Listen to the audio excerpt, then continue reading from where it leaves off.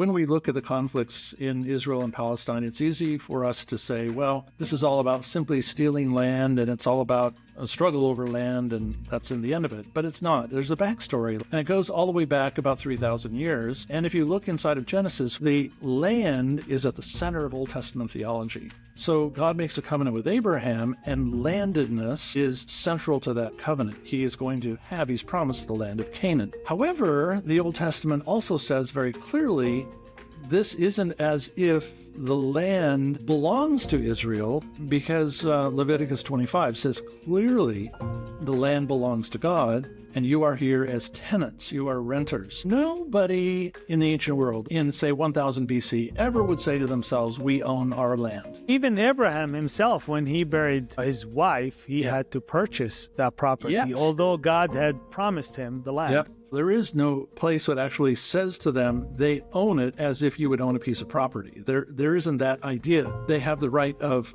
use, but not actually this notion of ownership. So if you want to talk about a location that's eternal, you have to talk about heaven.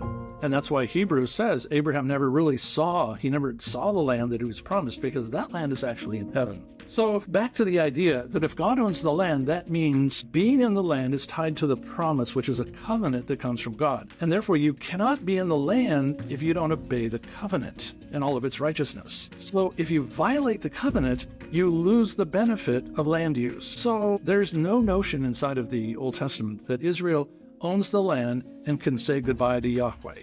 There is no notion of that at all. It's his land, and if you're living it, God has expectations of covenant righteousness. And in the Old Testament prophets, that covenant righteousness means how you live along others who are there with you and how you live out a life that is moral, that's ethical.